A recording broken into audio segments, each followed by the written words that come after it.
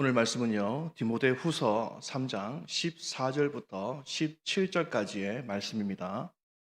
우리 신약성경 345페이지에 있습니다. 디모데후서 3장 14절로 17절 말씀, 우리 그 4절 말씀인데요. 우리 천천히 우리 큰 목소리로 함께 합독하시겠습니다. 시작. 그러나 너는 배우고 확실한 일에 거하라. 너는 내가 누구에게서 배운 것을 알며 또 어려서부터 성경을 알았나니 성경은 능히 너로 하여금 그리스도 예수 안에 있는 믿음으로 말미암아 구원에 이르는 지혜가 있게 하느니라. 모든 성경은 하나님의 감동으로 된 것으로 교훈과 책망과 바르게 함과 의로 교육하기에 유익하니 이는 하나님의 사람으로 온전하게 하며 모든 선한 일을 행할 능력을 갖추게 하려 함이라. 아멘. 선교지에서 이제 선교 사역을 이렇게 할 때 이런 일들이 종종 일어나는데요. 그게 뭐냐 하면 선교사가 지자들을 양육을 하는데요. 말씀도 가르치고 또 그리고 복음도 전하고 기도도 이제 가르칩니다. 그런데 그 선교사가 만약 늘 두려움에 사로잡혀 있다면 어떻게 될까? 그래서 늘 주변을 막 경계하고 신경을 쓰는 거죠. 위협을 먼저 생각하는 거죠. 저희도 그랬지만 항상 모임을 할 때에는 배터리를 분리해서 그래서 다른 방에 놔두고 갈 때도 있고, 우리가 이동 경로를 숨기기 위해서 각자 다르게 움직일 때도 있고, 특히 비행기나 이렇게 뭐 우리 이름이 기록되는 곳에는 절대로 우리가 기록을 남기지 않는 여러 가지 일들을 이제 하게 되는데, 그런데 늘 이제 너무 민감하게 반응한 나머지 늘 조심해야 해. 뭐 이렇게 말을 한다면 결국은 그 제자는 이 선교사로부터 무엇을 배우게 될까라는 것이죠. 말씀일까요? 아니면 믿음일까요? 질문입니다. 늘 얘기하지만 질문인데 한번 생각해 보십시오. 이 제자는 선교사님으로부터 무엇을 배우게 될까요? 그것은 말씀이나 믿음보다 선교사에게 있는 그 두려움을 먼저 배우게 된다라는 것이죠. 왜냐하면 사람은 말로만 가르치는 것이 아니라 삶으로 가르치기 때문에 그렇습니다. 그래서 자녀는요, 부모의 그 교훈을 듣기도 전에 부모의 두려움을 먼저 배우게 되는 것이고, 다음 세대는 교회의 설교를 듣기 전에 교회의 삶을 먼저 보게 된다라는 것이죠. 오늘 우리 부모들은요, 물론 이제 다 이게 출가하신 분들도 계시지만 매일 이 식탁이라는 그 선교지로 들어가게 됩니다. 아이가 성적표를 들고 들어오는 그 순간 부모가 무엇을 먼저 말하는가, 그리고 무엇을 먼저 두려워하는가, 이거에 따라서 아이들은 그 자리에서 부모의 진짜 신앙을 보게 된다라는 것이죠. 그래서 우리는 다음 세대에게 무엇을 전수하고 있는가? 그것이 진짜 믿음인가? 아니면 두려움인가? 혹은 말씀인가? 아니면 세상 걱정인가? 또 하나님을 경외하는 삶인가? 세상을 두려워하는 종교 생활인가? 우리는 이것을 돌아봐야 한다라는 것이죠. 바울은 14절에서 디모데에게 이렇게 말하죠. 그러나 너는 배우고 확실한 일에 거하라. 이 말씀은 단순히 성경 공부를 열심히 하라 이런 말은 아니죠. 무너지는 시대 속에서도 끝까지 복음 안에 거하라, 이런 말씀인 것입니다. 자, 그래서 이 말세는요, 다음 세대가 무너지는 시대를 말하는 것인데요. 이 바울은 디모데후서 3장 그 1절부터 이렇게 보시면 이렇게 시작을 합니다. 너는 이것을 알라. 말세에 고통하는 때가 이르러, 이렇게 되어 있죠. 바울이 말하는 이 말세는 단순히 세상이 힘들어진 시대를 말하는 것은 아닌 거죠. 하나님 없는 세상이 점점 더 강해지고 동시에 경건의 모양만 남은 종교가 교회 안까지 들어오는 시대입니다. 그래서 말세는요, 단순히 세상이 뭐 이렇게 무너지는 시대가 아니라 믿음이 흔들리는 시대이자 경건의 모양은 있지만 경건의 능력은 잃어버린 신앙으로 가득 찬 시대다. 이렇게 우리는 정의할 수가 있는 것이죠. 그래서 바울은 이 절에서 이런 식으로 말하죠. 사람들이 자기를 사랑하고 또 돈을 사랑하고 또 쾌락을 사랑하고 그래서 하나님보다 세상을 더 사랑한다 이렇게 이야기를 하는 것입니다. 따라서 이 말세의 본질은 무엇이냐? 그것은 사랑의 방향이 뒤틀린 것이다. 이렇게 정의할 수 있는 거죠. 하나님을 사랑해야 할 인간이 자기를 사랑하게 되고 하나님을 의지해야 할 인간이 세상을 의지하는 것이 바로 이 말세다. 이렇게 이야기를 합니다. 그래서 고통을 한다라는 것이죠. 오늘 우리의 아이들, 그러니까 청소년과 이 청년들이 왜 이렇게 세상 앞에서 힘을 못 쓰지? 왜 세상 앞에서 흔들리는가? 그 이유를 우리가 한번 곰곰이 한번 생각해 보면 그것이 단순하게 공부가 어려서만도 아니고 입시 때문만도 아니고 세상이 너무나 빠르게 변화하기 때문만도 아니라는 것이죠. 그것은 비교라는 거대한 골리앗, 그 성공이라는 골리앗, 그리고 좋은 대학, 좋은 직장에 들어가지 못하고 그래서 실패하면 끝이라고 말하는 이 세상의 두려움이 우리의 아이들, 청년들, 청소년들 앞에 서 있기 때문이다라는 것이죠. 자, 그런데 이런 가운데 우리 부모들은 우리 아이들에게 어떻게 이야기하는가? 때로는 너무 쉽게 이야기할 때도 있다라는 것입니다. 어떤 식이죠? 믿음을 가져야지. 힘들고 어려우면 기도해야지. 기도의 자리에 나와야 될 거 아니야. 예배에 나와야지. 하나님 말씀을 들어야지. 그래야 세상을 이기지 않겠냐. 이것이 틀린 말은 아니죠. 맞는 말입니다. 그러나 중요한 것은 뭐냐? 부모들도 같이 두려워하고 있다라는 것이죠. 내 아이가 세상으로부터 혹은 또래 아이들로부터 뒤처질까봐 두렵고 또 상처받을까봐 두렵고 실패 때문에 무너질까봐 두렵다는 것이죠. 그 두려움은요, 자녀를 사랑하기 때문에 생기는 자연스러운 마음이죠. 우리 부모라면 다 가지고 있는 그런 마음 아니겠습니까? 그러나 문제는 그 두려움 자체가 아니라 그 두려움이 하나님보다 더 커질 때죠. 사랑이 믿음을 이끌어야 하는데 어느 순간 사랑이 두려움이 되어서 아이들을 몰아붙이기 시작한다라는 것입니다. 그래서 아이들은 부모가 예배당에서 하는 말보다 성적표 앞에서 쉬는 한숨을 더 선명하게 기억하게 되는 것이고 교회에서 하는 그 말보다 현실 앞에서 이 교회가 무엇을 선택하는지를 그래서 교회가 정말 무엇을 두려워하는지를 보게 된다라는 것이죠. 그럴 때 우리의 아이들은 속으로 이렇게 묻는 것이죠. 정말 우리 엄마 아빠는 하나님을 믿고 있을까? 세상보다 하나님을 더 두려워하고 있는 것은 아닌가? 교회 어른들은 정말 하나님을 경외하는가? 말씀대로 살고 있는가? 이런 마음을 우리의 아이들이 가질 수 있다라는 것입니다. 바울은 5절에서 이렇게 말을 하죠. 경건의 모양은 있으나 경건의 능력은 부인하니 가장 무서운 것은 교회 밖에 세상이 아니라는 것입니다. 하나님 없이도 종교 생활이 가능해진 교회 아니라는 것이죠. 여기서 모양이란 겉모습만 남았다라는 뜻입니다. 예배는 드리지만 하나님을 경외하지 않고 성경은 읽지만 또 배우지만 말씀이 삶을 다스리지 못하는 것. 그래서 입술로는 늘 믿음을 말하지만 그러나 현실 앞에서는 세상을 더 두려워하는 것이죠. 이것이 바로 말세의 가장 무서운 모습인 것입니다. 그리고 아이들은 그것을 너무나 정확하게 보고 있다라는 것이죠. 그러면 아이들은 무엇을 배우겠는가? 그것은 너무나 당연하죠. 하나님은 교회 안에서만 중요한 분이시구나.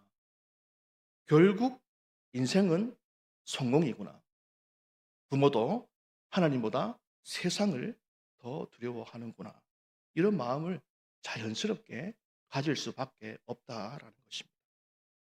사랑하는 성도 여러분, 다음 세대가 교회를 떠나는 이유가 그것이 단순하게 세상이 강해서인가? 그것은 아닌 겁니다. 때로는 교회가 삶으로 복음의 능력을 보여주지 못했기 때문일 수도 있는 것이죠.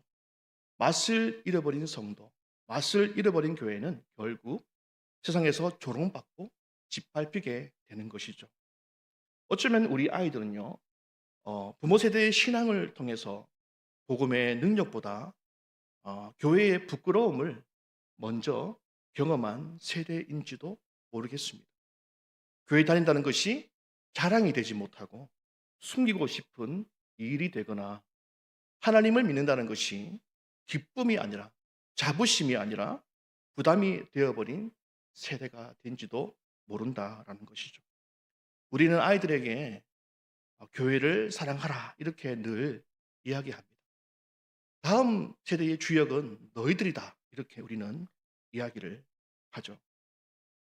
그러나 우리 아이들은요, 우리의 설교보다 우리의 태도를 먼저 배우게 되는 것입니다.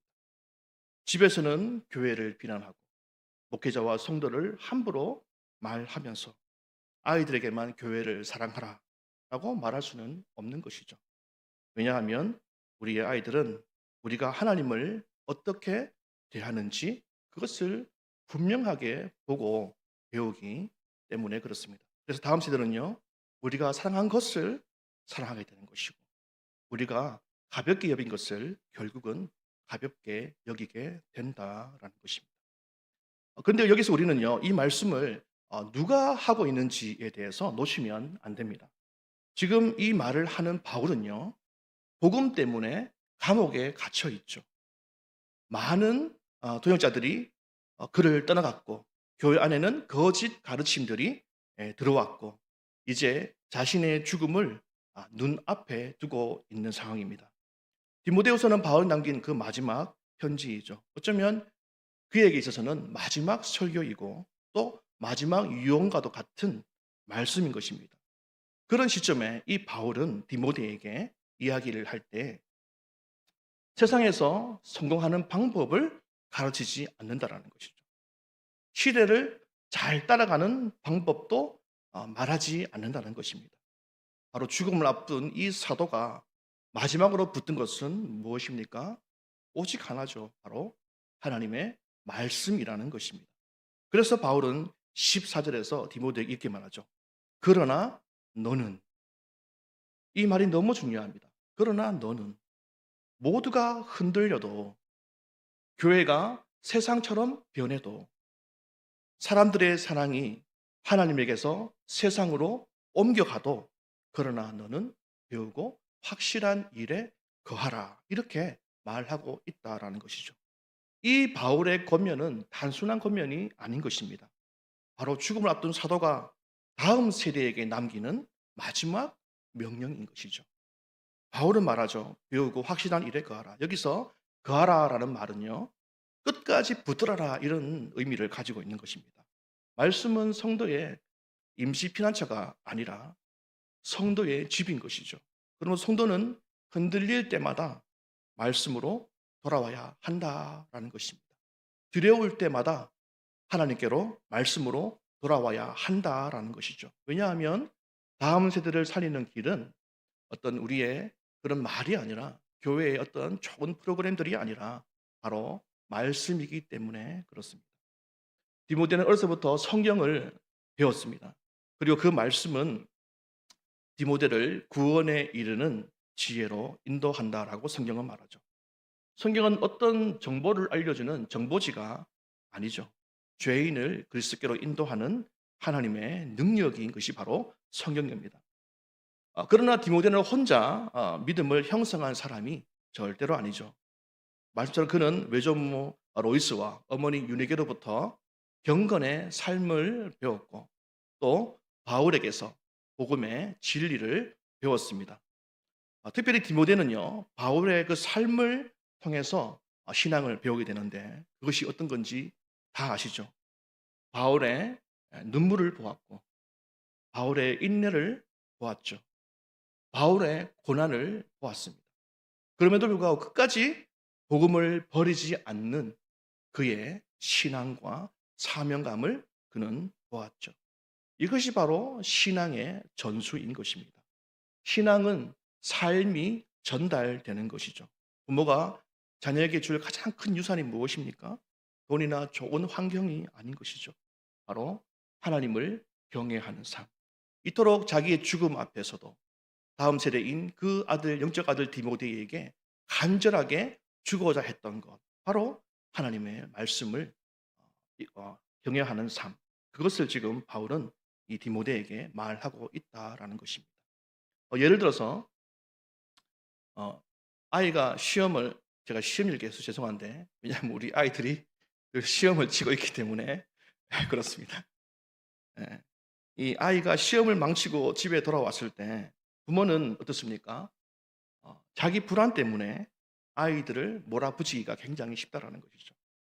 그러나 믿음은 어떻습니까? 먼저 아이를 정죄하기보다 함께 식탁에 앉아서 그 두려움을 들어주는 것. 거기서부터 시작되는 것이죠. 왜 그렇게 불안하니? 무엇이 그렇게 두렵니? 그리고 함께 아이와 함께 말씀으로 돌아가는 것입니다. 어, 제가 정말 사랑하는 아들이 있죠. 딸도 있지만 예, 아들이 있는데 예, 이 찬양이가 이름을 걸어 죄송합니다. 이 찬양이가 금요일을 계속 이제 나와서 기타를 치면서 예배를 섬겼는데 어느 날 갑자기 저한테 나와서 "아빠, 나 이제 금요기도에 못 가겠는데요. 안 가면 안 될까요?" 이렇게 이야기를 하더라고요. 그래서 어 제가 이제 찬양에게 물어봤죠. "왜?" 뭐 이유는 뻔하니깐요. "너가 여기에 있는 동안 네 친구들이 열심히 학원 다니고 공부하니까 왜 초조하고 불안하니?" 그랬더니 찬양이가 "네. 초조하고 불안합니다." 제가 그랬습니다. 그래서 어 내가 이것은 반드시 하나님 말씀으로 돌아와야 되는데 이것은 내가 신앙적으로 인정해 줄 수는 없지만 그러나 어 나의 하나님이 너의 하나님이 되기 위해서는 어쩌면 너의 실패하는 그것까지도 아빠가 감수해야 하는 것이 아닐까라는 말을 제가 한 적이 있었습니다. 그 말을 하고 며칠 동안 제가 악몽을 꿨는데요. 어 왜냐하면 그때부터 우리 아이가 이제 금요 기도를 안 나오고 학원도 갔기 때문이죠. 이대로 우리 아이가 영영 하나님을 떠나는 것이 아닌가.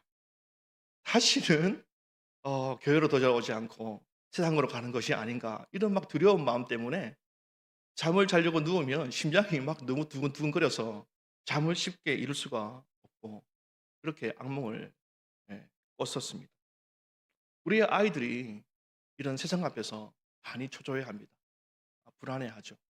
왜냐하면 그 시간에 다른 친구들은 더 많은 학습을 하고 그것이 결과로 나타나는 것을 자기 눈으로 보기 때문이죠. 자, 말세는요. 다시 말씀으로 들어가서 단순히 세상이 악해진 시대가 아닌 거예요.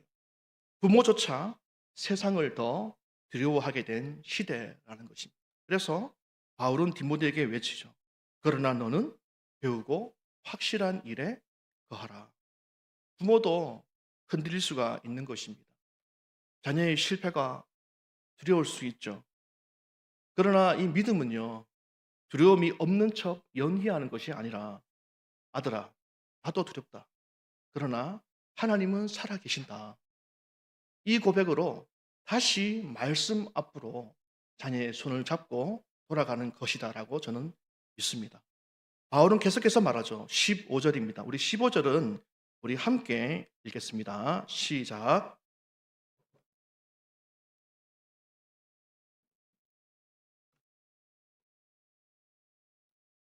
구원에 이르는 지혜가 있게 하느니라.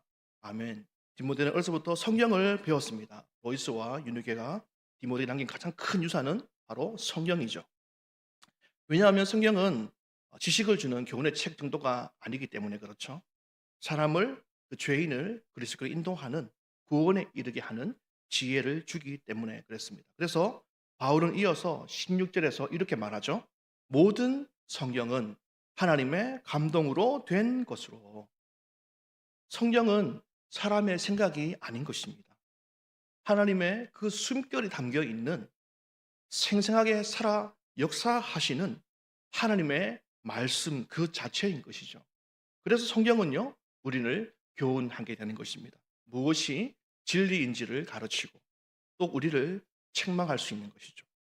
하나님보다 세상을 더 사랑하는 우리의 죄를 드러내시고 그래서 우리를 바르게 하고 넘어진 자리에서 다시 하나님께로 돌이키게 한다라는 것입니다. 또 의로 교육하고 결국은 하나님의 사람으로 세우시고 하나님의 사람으로 살아가도록 하는 것이 바로 성경인 것이죠.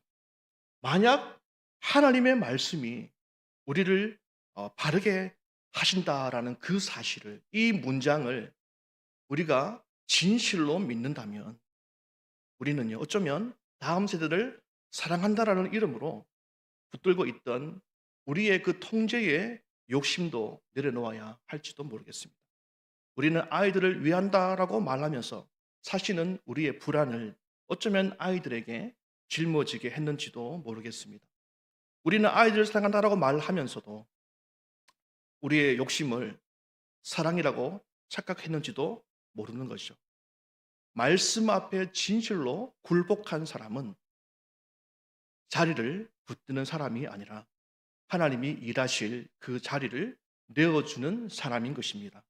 따라서 성경의 목적은요, 성경 지식 하나를 더 늘리는 것에 있는 것이 아니라 하나님의 사람으로 세우고 하나님의 말씀을 경외하는 자의 삶을 살도록 하는 것이 바로 성경의 목적인 것이죠. 17절 말씀인데요. 우리 함께 읽겠습니다. 시작. 이는 하나님의 보다 선한 일을 행할 능력을 갖추게 하려 함이라. 아멘. 이것이 바로 성경의 목적인 것이죠. 부모가 자녀를 구원하는 것이 절대로 아닙니다. 교회 프로그램이 사람을 변화시키는 것도 절대로 아니죠. 하나님의 말씀이 사람을 살리는 것이고 하나님의 열심, 하나님의 신실하심이 우리의 아이들을 살리는 것입니다. 그러므로 다음 세대를 살리려면 우리는 어떻게 해야 할 것인가? 어쩌면 우리는 우리의 기득권을 내려놓아야 할지도 모르는 것입니다. 실패의 자리를 계속해서 내어줘야 하는 것이죠. 우리의 눈에 볼 때에 반드시 이 길은 실패할 것을 알면서도 실패가 눈앞에 뻔하게 보여도 우리의 아이들이 도전할 자리를 내어줘야 한다라는 것입니다. 예배의 자리도 그들의 선택도 존중하면서 그 자리를 내어줘야 하는 것이죠. 왜냐하면 다음 세대는 교회의 손님이 아니라 하나님 나라의 상속자이기 때문에 그렇습니다.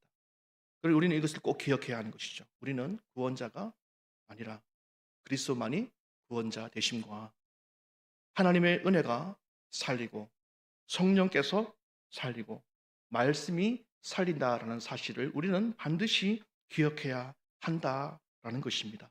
그래서 우리는 이것을 우리의 아이들이 마음대로 해도 된다 이렇게 결론 내리는 것이 아니라 하나님께서 하실 수 있도록 때로는 우리의 아이들이 실패할 것을 감수하더라도 우리가 하나님을 믿고 더 그 자리로 내어주면서 우리는 깊은 기도와 또 응원의 자리로 돌아가야 한다라는 것이죠. 바울은 디모데에게 말합니다. 그러나 너는 배우고 확실한 일에 거하라. 말세는 고통하는 때라고 제가 말씀드렸습니다. 사람들이 자기를 사랑하고 돈을 사랑하고 쾌락을 사랑하고 경건의 모양은 있지만 능력은 부인하는 시대, 그런 시대라고 제가 말씀드렸습니다. 아이들은 부모의 말을 듣기 전에 부모의 신앙을 보게 되고 교회의 말보다 교회가 가진 복음의 능력을 본다라고 말씀드렸습니다. 그래서 바울은 디모데에게 그러나 너는 이렇게 말하는 거죠. 다 무너져도 너는 무너지지 말고 다 흔들려도 너는 흔들리지 말며 모두가 세상을 두려워해도 너는 하나님을 경외하라. 이 말씀이 오늘 우리 세대를 향한 말씀이고 교회를 향한 말씀인 것입니다. 우리는 정말 다음 세대를 살리고 싶은가? 만약 그렇다면 부모 세대인 우리가 먼저 깨어나야 하는 것이죠. 두려움에서 이겨내야 한다라는 것이죠. 종교 생활로는 안 되는 거죠. 교회 안 가봤기 다른 신앙으로는 안 된다라는 것이죠. 말뿐인 믿음으로는 안 된다라는 것입니다. 우리의 아이들이 다 본다라는 것이죠. 정확하게 그 지점을 보고 있다라는 것입니다. 부모의 두려움을 보고 교회의 이중성을 보고 어른들의 그 욕심을 본다라는 것이죠. 그러나 아이들은 진짜 믿음도 본다라는 것입니다. 부모가 말씀 앞에 무릎 꿇는 것을 보면서 배우는 것이죠. 부모가 실패 앞에서도 하나님을 붙드는 것을 보면서 배운다라는 것입니다. 교회가 부모가 두렵지만 다음 세대에게 자리를 내어주는 것을 보면서 배운다라는 것이죠. 우리는 다음 세대에게 무엇을 물려줄 것인가? 그것은 어쩌면 오늘 예배를 마치고 다시 우리가 식탁이라는 선교지로 우리가 돌아갈 때 하나님께서 우리를 그 자리에 선교사로 보내신다라는 것입니다. 성적표 앞에서 진로의 고민 앞에서 때로는 실패와 비교라는 그 거대한 세상의 골리앗 앞에서 우리의 아이들은 초조해하고 두려워하며 때로는 세상의 길을 찾아서 떠나간다라는 것이죠. 이때 우리는 아이들과 함께 세상 앞에 서야 하는 것입니다. 아이들의 실패를 우리가 두려워하지 말고 또 부모의 두려움을 숨기거나 믿음을 강요하기보다 부모의 두려움을 솔직하게 말하고 그러나 크신 하나님을 고백하면서 함께 말씀으로 돌아올 것을 우리는 권면해야 한다는 것이죠.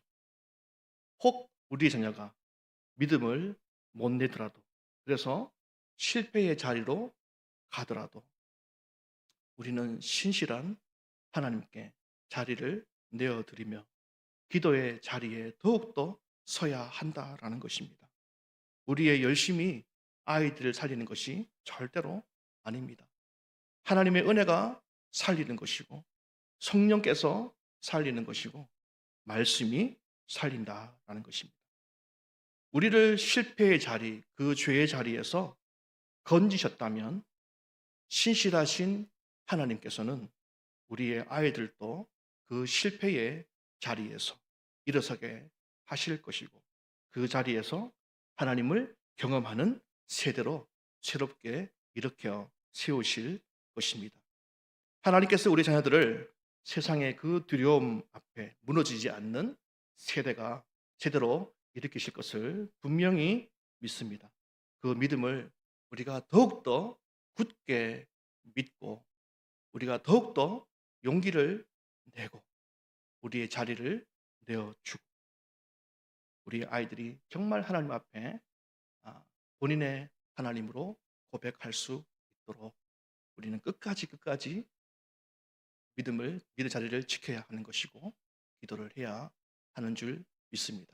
이것은 우리 지금 우리 청소년이나 청년들 우리 아이들을 가진 부모에게만 해당하는 것이 아니라 이것은 우리 모든 전 성도에게 맡겨진 사명이다라고 저는 믿습니다.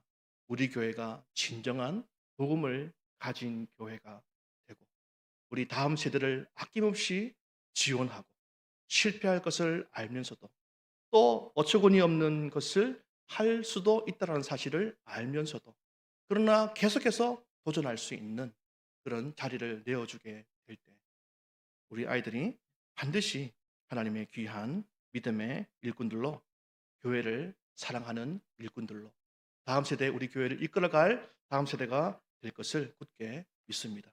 그 믿음으로 함께 우리 아이들을 끝까지 응원하면 좋겠습니다. 기도하겠습니다.